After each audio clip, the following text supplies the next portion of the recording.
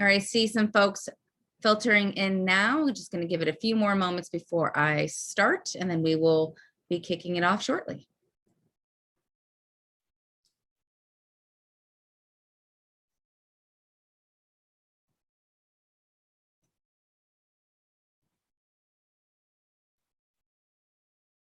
All right, to honor time, I'm going to get started here. Welcome to this virtual fair session, the Bay Area Case Studies Virtual College Fair.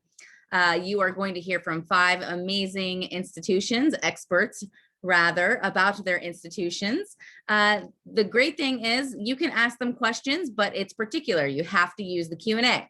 Okay, so our panelists cannot see or hear you. So if you have a question you'd like answered during this 45-minute session, please use the Q&A that's either at the bottom or the top of your screen.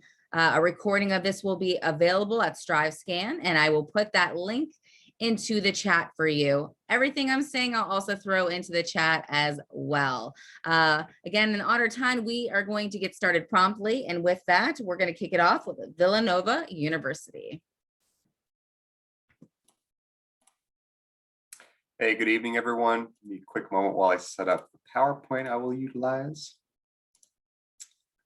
So thank you for taking the time to be with us tonight. My name is Patrick Renee. I'm one of the assistant directors at Villanova University. Pronouns are he, him. First, at Villanova, I talk about our campus. So photographed and illustrated there pretty well. We are a residential traditional style school. We're medium in size at about 6,500 undergraduates. And we're about 12 miles west of downtown Philadelphia. So you can see the city's skyline there on the horizon. Another great feature of being on the East Coast that we do have 3 different transit stops. They're on campus that lend you access to downtown as well as the city at large. And then being a residential college, most of our students live on campus for 3 years, if not 4 years. And if you follow where my mouse is hovering right here, that's South Campus. That's where our entire first year class lives. And I think that's really neat because it does allow for that incoming class just to be together. Everyone's in the same boat in that transition away from home, first year at college. You have your own dining hall there, your own green space, and yet you remain just about a 5-10 minute walk to the rest of campus. So I think that's a pretty neat feature that the campus allows for. And yeah, as I joked in past presentations, it would be a lot, pretty far away coming from California to Pennsylvania, but one thing you don't have to leave behind is Trader Joe's. There's one about 3 miles from campus. With Villanova, we are the nation's one and only Catholic and Augustinian school, founded a little over 175 years ago.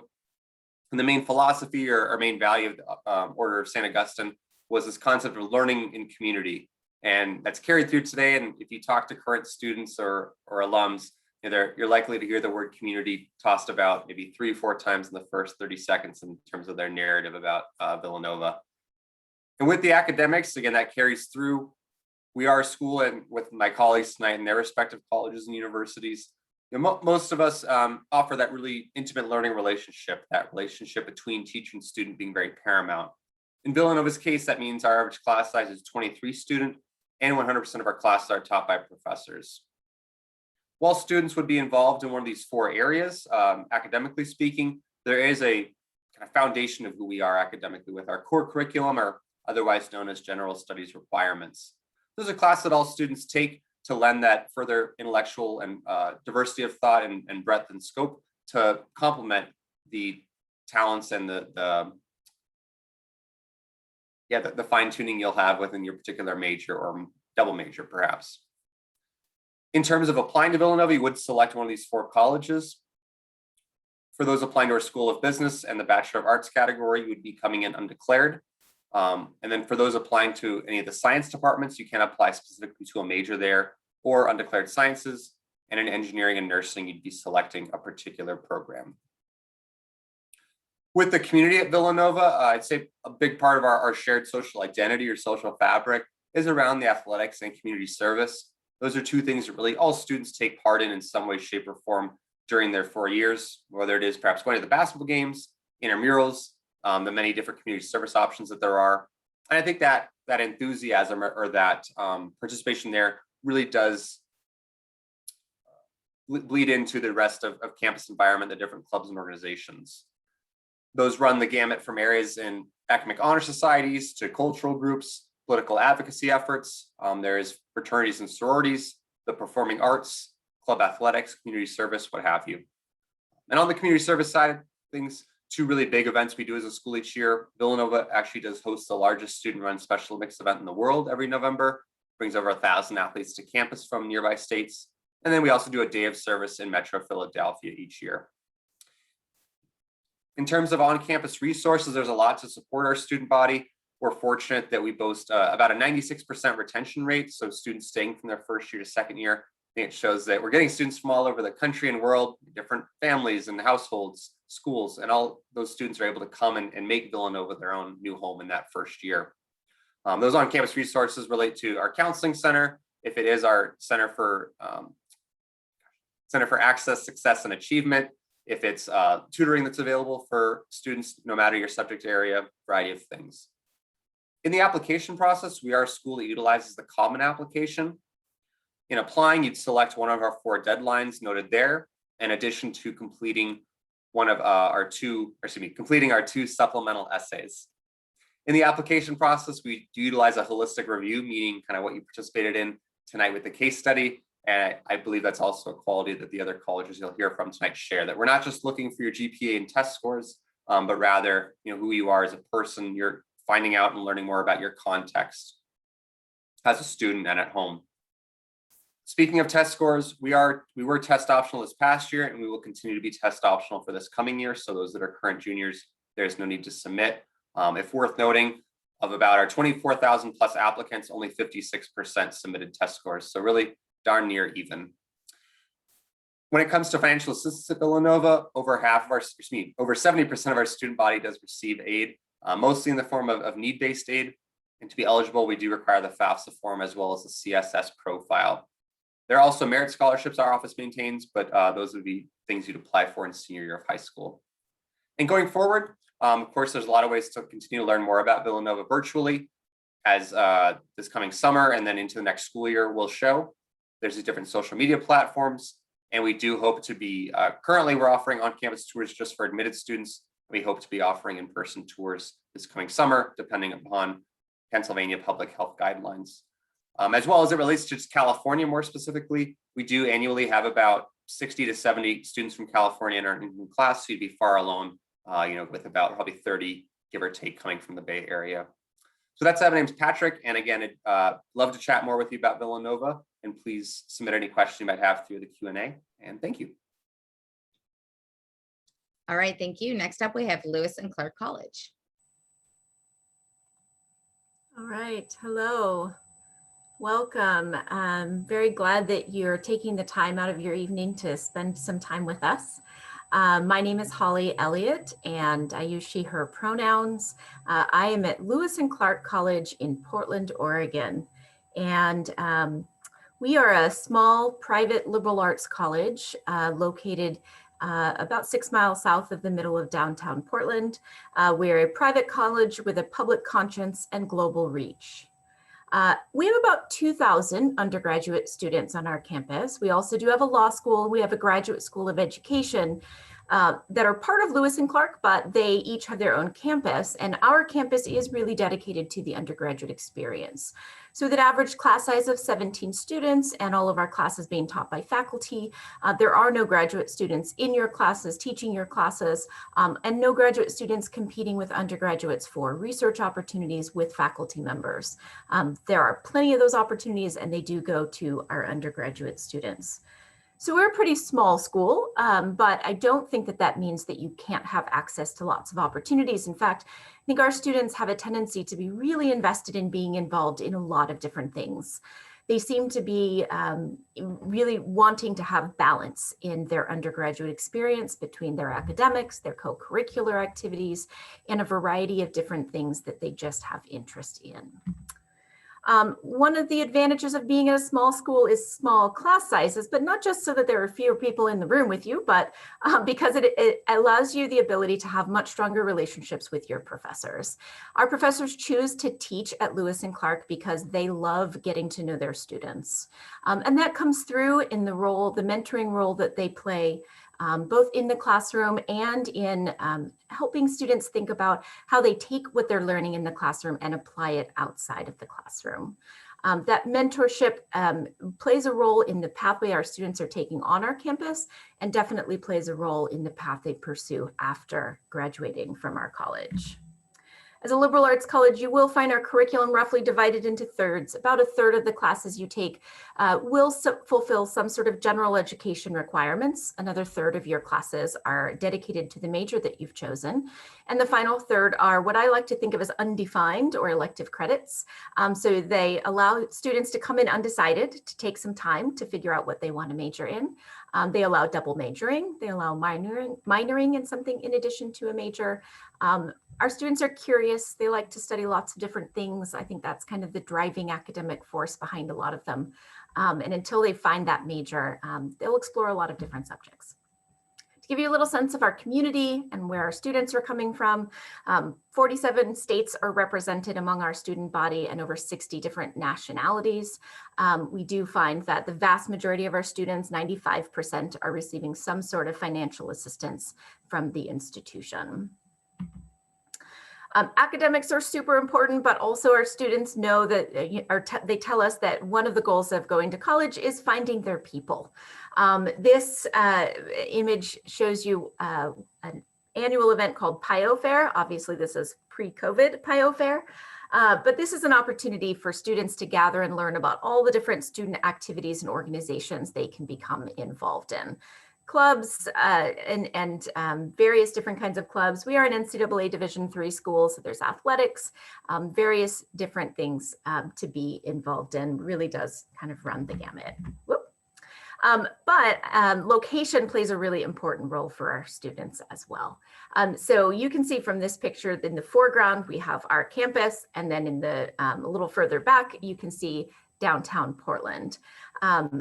If I dropped you on campus, you'd have no idea you were in a city. We are in the city limits of Portland and have really amazing access to a city that provides opportunities for community service and for internships and cultural events and weird food and donut shops. But our campus itself has that quintessential small campus environment. It feels like you're in the woods for part of it, for a lot of it actually. It's originally a private estate, and we've really maintained a lot of it as much as we can. And it has a definite sense of place to it that students really appreciate without giving up access to the city. That sense of place goes way beyond our campus though, and definitely our students are invested and interested in finding opportunities to be engaged in outdoor activities. We have a wonderful program called College Outdoors that offers over 100 different trips a year for students to participate in. They'll go to the beach, they go to the mountains, they go all over the Northwest region. But if that's a little farther than you want to go, we're a 5-minute walk from an actual state park. So if our campus is not foresty enough, you can get to actual forest. And then I like to talk a bit about our global perspective. The global perspective at Lewis and Clark is something we really strongly have believed in for a long time. We sent our first trip overseas in 1962. And our programs are pretty distinctive in that they are our programs. So it's Lewis and Clark students going overseas with a professor from campus in culturally immersive programs that allow them to have pretty intense experiences that are hands-on and experiential. Wonderful programs all over the globe, and well over 60% of our students are going to spend at least a semester overseas. They're very accessible. Your aid goes toward, all financial aid you receive goes toward that semester, just like if you were on campus. And we know from alumni experiences or alumni surveys that that overseas experience is a crucial component of the impact that that the Lewis and Clark experience has for students, that it definitely contributes to their pathway. We do believe an undergraduate degree should take 4 years. So we've made a commitment that as long as you meet some very basic criteria, if it takes you more than 8 semesters to graduate, we'll pay for the 9th semester. We also have wonderful pathway options to our law school, which is the #1 environmental law program in the country, and to our Graduate School of Education and Counseling. Application-wise, we are a common application school. We don't charge an application fee. pretty basic requirements like the ones you saw in the case study today. We are a test optional school. We've been test optional since 1991, so not a new thing for us, and definitely allow students the option to choose whether or not they want those scores considered. Great. So that wraps up my presentation. I will put my email address in the chat as well, and look forward to hearing from you. And I hope you get a chance to visit. We do have visits on campus for rising seniors starting in June this year. And so we would love to see you on campus. Thanks. All right, thank you. Next up, we have Worcester Polytechnic Institute. Yes, Worcester Polytechnic Institute, but no worries. It happens all the time. All right. Hi, everyone. Hope you can see my screen here okay. So my name is Claudia Aviles. I'm an Assistant Director of Admissions at Worcester Polytechnic Institute, which I will refer to as WPI. We are located in Worcester, Massachusetts, which is Central Mass. We are about 50 miles west of Boston, and we are about 180 miles north of New York City. So that's an image of where you can find us.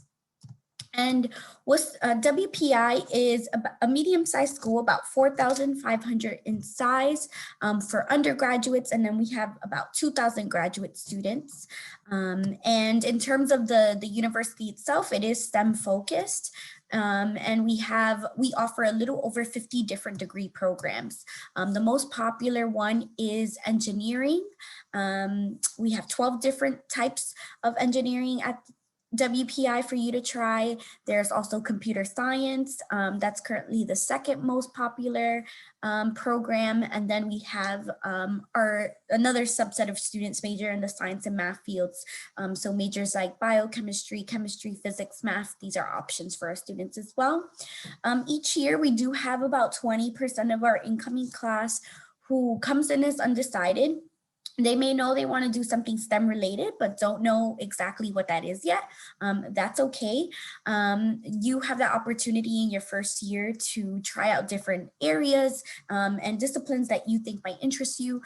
When you apply to the university, we're making our decision to admit you based on the belief that you'd find success in any one of our STEM programs. So if you're undecided about what you may want to do in STEM, that's okay. In terms of what opportunities students have for classes and majoring, our students are able to double major and minor at the institution. We also have the ability for students to complete a bachelor's and master's degree in 4 or 5 years. It's not for everyone and it is challenging, but for students who are planning it out and talking to faculty advisors early on, it is possible for you to graduate in 4 or 5 years with 2 degrees. We have a 13-to-1 student to faculty ratio. And we keep that on the smaller end of things because we do also have a project-based curriculum at the university. So almost all of your classes will have some sort of project component. And so it's important for students to have that opportunity to meet with faculty members, and students also have the opportunity to complete research in their undergraduate years. So those opportunities are not only reserved for graduate students, but also undergraduates. And it's as simple as talking to your professor about what research you might want to get involved in to partake in some of those opportunities. At WPI, I think it's also important to note that we have a different sort of academic calendar. We don't have the traditional fall, spring semester. We divide our academic year into 4 terms. So you can see here, there's A term, B term, C term, and D term. Each term lasts 7 weeks long, and students take 3 classes in each of the 7 weeks. So it's moving at a faster pace. We have an optional E term for students to take classes over the summer, if that's something that interests you. Another thing for you to know about how we deliver our academics, we have a non-punitive grading policy. And so students can receive a grade of an A, B, C, or an NR. The NR stands for no record. And we also have a flexible curriculum. This means that we don't have any prerequisites for upper level classes at WPI. We have something called recommended backgrounds. So if you wanted to jump in and take an upper level course, we recommend that you have a certain background, but you can go ahead and do that. And you will have a faculty advisor who's working with you to make sure that you're completing all of the classes necessary to graduate with the degree you intend on having. And now I want to talk a little bit more about our projects at the institution. So our students over the 4 years are completing different projects for all of their classes, but there are two big ones that our students will do in their junior year and senior year. The junior year project is called the IQP, the Interactive Qualifying Project. And it's an opportunity for students to use their STEM skill set to solve a social-based problem. And typically we have about 90% of our students who go off campus to complete their IQP. You go away for a term and you complete that project. And then we have the MQP, which students complete in their senior year. It takes essentially the whole year. And it's like your senior year capstone, you essentially showing what you've learned in your major. And some students will choose to go away for their MQP to complete it as well. To ensure that this is something that's feasible for all students, we do offer up to $5,000 in a global scholarship for students to be able to have that global sort of experience and be able to complete a project outside of WPI if that's something that interests them. I'm going to switch gears here to talk a little bit about the Career Development Center. So they offer different services. One of the things that is a really popular event at WPI is the Career Fair. They host two big large-scale career fairs, one in the fall, one in the spring, and they invite over 400 employers to campus. They'll do mock interviews with students. They provide career advising, and they also publish a report each year called the First Destinations Outcome Report, where they show information about where students work or go to graduate school after they've graduated from WPI. So I definitely encourage you to take a look if that's something that interests you. To talk a little bit about campus life, we are primarily residential.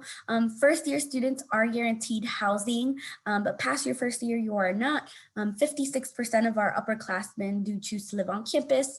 And then in terms of some extracurriculars, we are an NCAA Division III school. We have 10 men's teams, 10 women's teams. We also have club and intramural sports if you're not interested in competing at the varsity level. And if sports aren't your cup of tea altogether, like myself, we have a little over 250 different student clubs and organizations for you to participate in. In terms of our admissions overview, some things for you to know: we are one of many schools on Common Application, so it makes it very easy for you to go ahead and submit your application to us. We do have a supplemental essay where we ask you, why do you think you're a good fit for WPI? So you can see what we require. Something I do want to note is that as of this upcoming cycle, we will be test blind. And so testing is not something that we will be considering. It's not a factor we will use when we're making our admissions decisions. I encourage you, if you're interested in receiving information about WPI, use that QR code and you can find out more about different sessions we'll have virtually, but we'll also be open this summer for visits if you're interested in attending. And for any of my students who are rising sophomores, juniors, seniors, we have some summer programs that will take place virtually if you're interested, and you can find out more online. All right, thank you so much. Next up, we have Whittier College. Hey there, folks, welcome. I want to start off by saying thank you guys for making the time to check out all these schools tonight, especially through a Zoom meeting. I'm sure you all, like me, have been doing Zoom meeting after Zoom meeting, and that fatigue is definitely very real. So we're all pretty tired. We're going to keep it pushing on. Appreciate you guys powering through this last little chunk of time with us. So Whittier College. My name is Charlie Newman. I'm one of the admission counselors for the school. I'm also an alumnus of the school. Graduated back in 2018, and now I'm fortunate enough to be able to talk about my college experience every day and get paid for it. But Whittier's location is essentially your downstairs neighbor. We are down below right by Los Angeles. We are just a little suburb right outside of LA, so we are very close to Disneyland, Knott's Berry Farm, which is a similar but a little bit smaller amusement park, which in my opinion has some pretty darn good roller coaster rides, a little bit better than Disneyland, but that's opinion based, whatever. Hollywood, so entertainment capital of the world. If you're looking to do anything with film, TV, writing, screenwriting, anything like that, amazing opportunities right there in our own backyard. Even for things like technology and engineering, we have NASA's Jet Propulsion Lab in Pasadena, SpaceX in LA, and then right by all of you students, you have the Technological Hub in Northern California. You wouldn't be too far away from there either. And then for our academics, talking about Whittier specifically now, not just our beautiful location, we have this sort of our cheat sheet for our academics. All of the bullets that are just a bullet, you can major or minor in those programs. The ones with an asterisk are only available for a minor. And we have a few things on this list that really would be like a more of a drop down that would give you a lot more options. So pre-professional programs, pre-health, pre-law, etc. The Whittier Scholars Program, which honestly, more than doubles the amount of academic programs you have here. What this is a self-designed major program. Other schools have similar programs. This is just the name for ours. So what we do with this self-designed major program is students take classes from existing majors and minors that are there, but they take them in combination with other requirements from other fields and use that curriculum to create a major. So what I mean by that, I can tell you about my own experience. I wanted to major in business ethics. You don't see that on our list, but by putting two and two together, business classes, philosophy classes down below, the morals and ethics ones, you can create business ethics by taking classes from both disciplines. That's what I did. Other people have done things like sports medicine, combining kinesiology and biology, things like entertainment marketing, theater, and marketing focus in business. You can get really creative with it. And then, passed a little bit there. Quick fast facts about the school. We're very small, only about 1,700 students, all undergrad too. We have a very, very small graduate population. We only have one graduate program, and that's in a master's in education. So as an undergrad, you are the school's number one priority. Average class size is 19, student to faculty ratio, you can see down there is 12-1. So very one-on-one classroom discussions happen often, very round table conversations in the classroom. And like I was saying earlier, or implying earlier with our small size, you are the faculty and staff's number one priority. If you want access to any kind of on-campus resources, lab equipment, just the time out of your professors, they will make the time for you and give you access to those resources. We're really big with hands-on learning opportunities too. So whether that be internships on or off campus, service opportunities, so just giving back to the community, Whittier's really big on that, whether it be doing beach cleanups, going into neighboring schools and helping the students in there, whether it be just for tutoring or even talking to middle school and elementary school students and just letting them know, hey, higher education is an open door for you. You don't have to feel as if you'll never go to college one day or no one in your family's gone to college, so you won't. We want people to start thinking about college right away, even as a 4th, 5th, 6th, have you grader.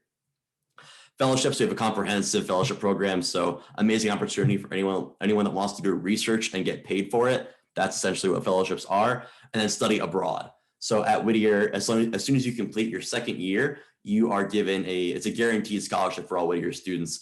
$2,000 Global Poet Scholarship. We're the Whittier College Poets. That's our mascot. So we got really cute with the naming there, GPS, study abroad.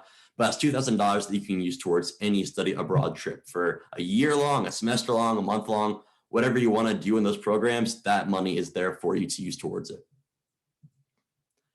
And then we are primarily residential campus. So most students do live on campus, and a lot of our students come from all walks of life. We are an incredibly diverse school. We are actually among the top 15% for most diverse liberal arts schools in the nation. Really proud of that. The students you see here are truly reflective of the diversity you see in Southern California. So as a Whittier student, you'll be interacting with your peers from different socioeconomic backgrounds, ethnicities, gender identities, religions, everything.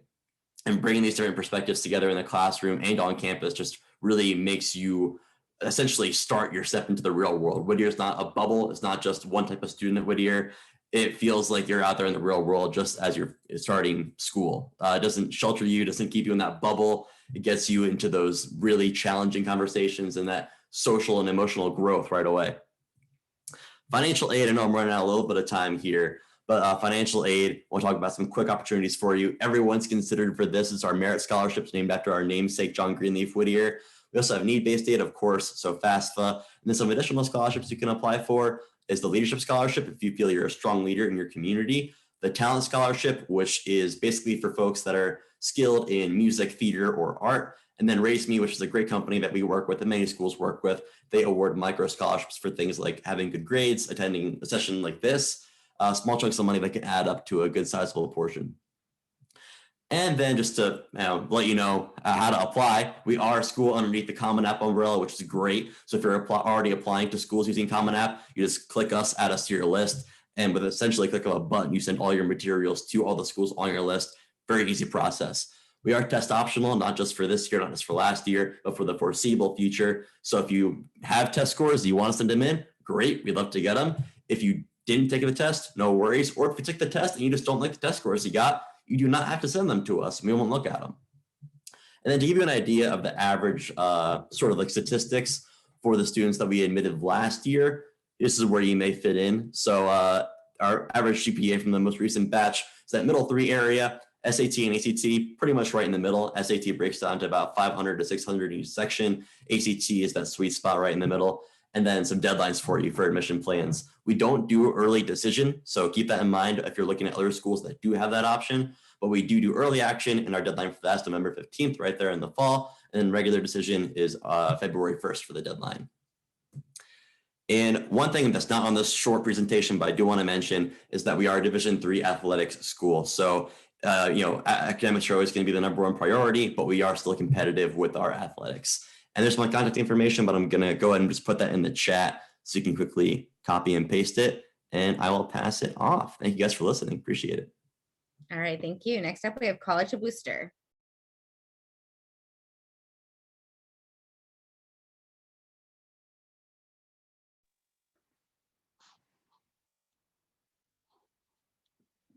I think I'd be able to get it just on the first try here now that we've been doing this for so long. Thank you so much for your time, and I'm excited to share some information about the College of Wooster located in Worcester, Ohio. My name is Sarah Ozar, and I am one of the admissions counselors here in the office, and I do work with students and families from Northern California. So if you have any questions, there's my email. Please feel free to contact me. So as you go through the college search, we want you to know what we think makes Worcester different from the other schools that you are researching. And so after this 6-minute presentation, I hope these are the 3 takeaways that stick with you. We are America's premier college for mentored undergraduate research. The entire campus community benefits from a diverse student body, which is one that embraces its differences while supporting one another and celebrating traditions like no other school. And lastly, that we are fortunate to have a larger community in the city of Worcester around us that supports student life, service learning, and career exploration. So first, I want to touch on mentored research and what that means at Worcester. Worcester is a liberal arts and sciences college with just over 2,000 students, and we're very intentional about this. We believe it's an ideal size to provide the type of residential and academic environment that best prepares students for life after graduation. With an average class size of 18 and a small student to faculty ratio, we're committed to providing access to our professors. Their #1 priority at Wooster is offering high-touch mentoring and excellent teaching. Classes will be very interactive, and most are discussion-based.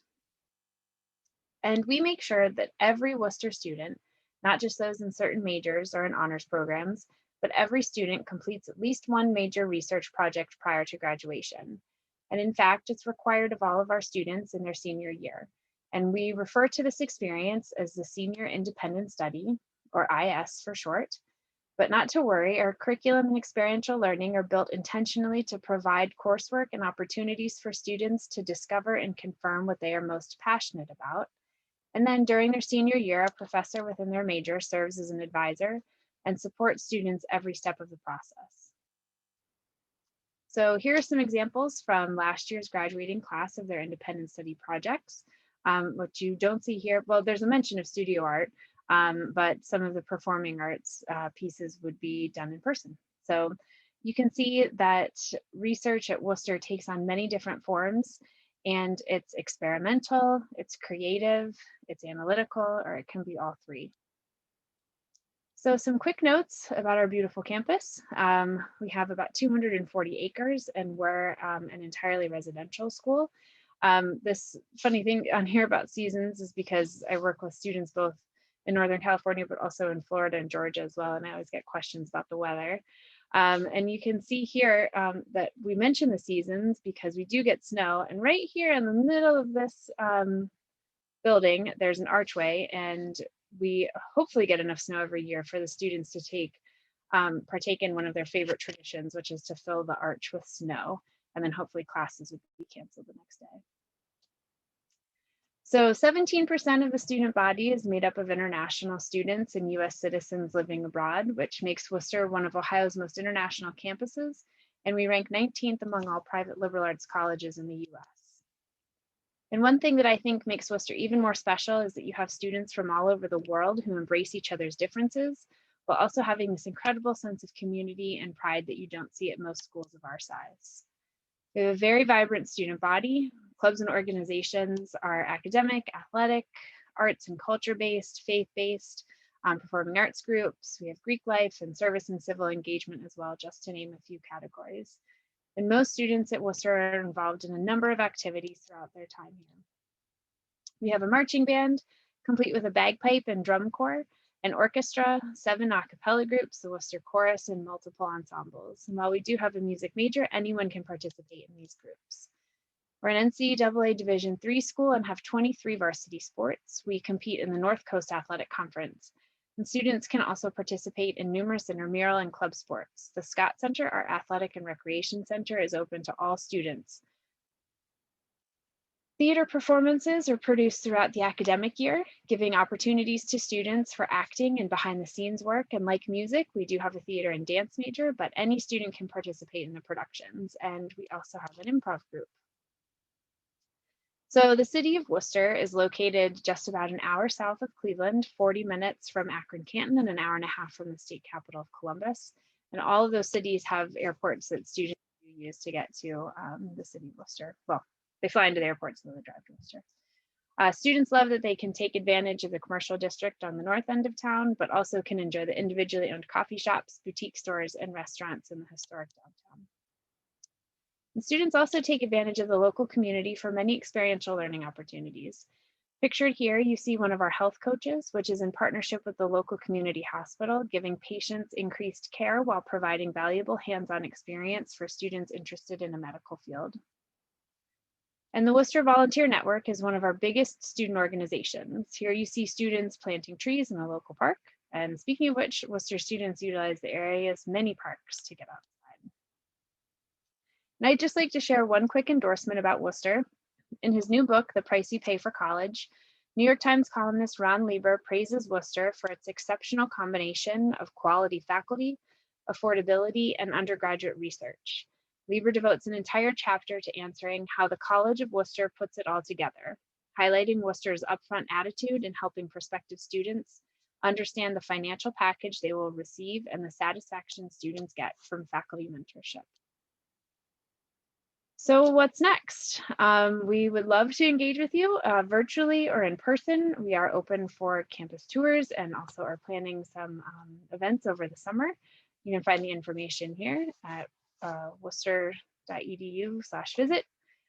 There's all of our application details, including deadlines, information about what goes into the application, and financial aid and merit scholarship information as well here. And if you have any questions, I'd love if you would email me. So thank you so much for your time, and I will turn it back over to Christy. All right, thank you. If I could have all the panelists come back on. In the same order that you presented, if you could answer, what advice would you give someone going through the college search process, starting with Villanova University? So my advice is that in the past, I've been confronted by students wondering about how do I stand out in the application process, or what do I include in my essay to make it something memorable? And just I really try to go against that notion or that concept, and that you really don't have to stand out. That's not your job. In our case, all our cases, we're getting thousands of applicants. We're reading hundreds or thousands of applications each cycle. So don't think the only people that are admitted are the ones that we remember from that day's work. In Villanova's case, we admit over 6,000 students each year, and there's a lot of students who share a lot of characteristics. So please just don't feel that your job is to make us remember you by your application. Great. I would push back on the concept of the one. I think that there's an idea out there that you are sifting through the thousands of colleges out there to find the one where you will be happy and successful. And I really believe that there are many the ones where you could be happy and successful. I think connected to that is this idea that this should be really an exciting time. I know that there's a lot of stress associated with the college search process, but I think if you can let go a little bit of this idea that you are hunting for one particular thing and instead can keep yourself open to different possibilities and be excited by what the college experience has to offer you, you will have a more positive experience, both in the college search and in your college experience. That's some great advice, Holly and Patrick, that you both have shared. I would agree. Something I would add is for students to also, vary the sources of information that you're receiving. Talk to professors, talk to current students, talk to staff. Your admissions officer is there to connect you with anyone that you would like to talk to more. I remember when I was going through the process myself, I felt like, oh, professors are not going to have the time to reach back out to me, or I was nervous about, even emailing an admissions officer because I thought, oh, they must have so many things to do. So no, I hope that you feel empowered and you know that you have the right to information. So feel free to reach out and know that, there are people on the other side who do want to give you the information that you need to help you make your decisions. So definitely make sure that you utilize us as resources. It's our job to help you. So know that anything that you need from us, we're happy to make those connections. So that's my advice. I cheated a little bit with the last session. I'm going to cheat again with this one. So instead of talking about the search process, I'm going to talk about those first few months that you're there at the start of your college career. And that is to not stress so much about the major you chose coming in. If you did choose one, feel free to change your major. So many folks feel as if they're locked in, or if they're undecided that they have to choose right away within their first year. College is about exploring and figuring out what it is that you're interested in, both with your hobbies, but also academically too. You may think that you like something, but branch out and try something else just to see if you like it better. You never know. Worst comes to worst, you take one class and it's not your thing, then you move on to the next one. Best case scenario, you discover a whole new passion of yours. So have fun with it. Take the pressure off yourself. Feel free to explore and enjoy your 4 years at the school that you're going to be in. One thing that I think is important to think about is that you don't have to compare yourself to other people's timelines. Thinking about as you're going through this, you may have friends who haven't even thought about where they're going to be attending or searching. You may have friends who've already been to 7 colleges to do tours. So just really take it at your own pace and remember that what your best friend is doing is not necessarily what you have to be doing as well. And then my other little tidbit is later on in the process when you're applying to colleges, double check your application and be sure that you have the name of the college that you're applying to. If you're mentioning a college, make sure it's the right college in the application.